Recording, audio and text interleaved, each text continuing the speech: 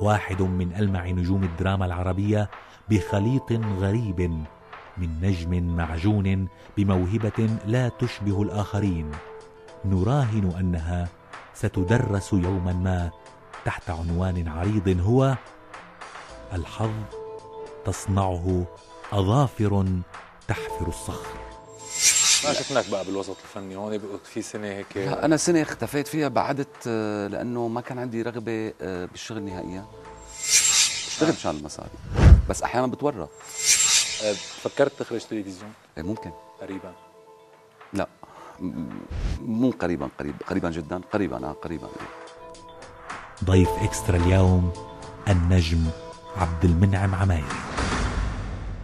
إكسترا تلاقي تشاهدونه على قناة تلاقي الفضائية استثنائيا يوم الخميس 9:50 ليلا بتوقيت دمشق. يعاد في الأوقات التالية.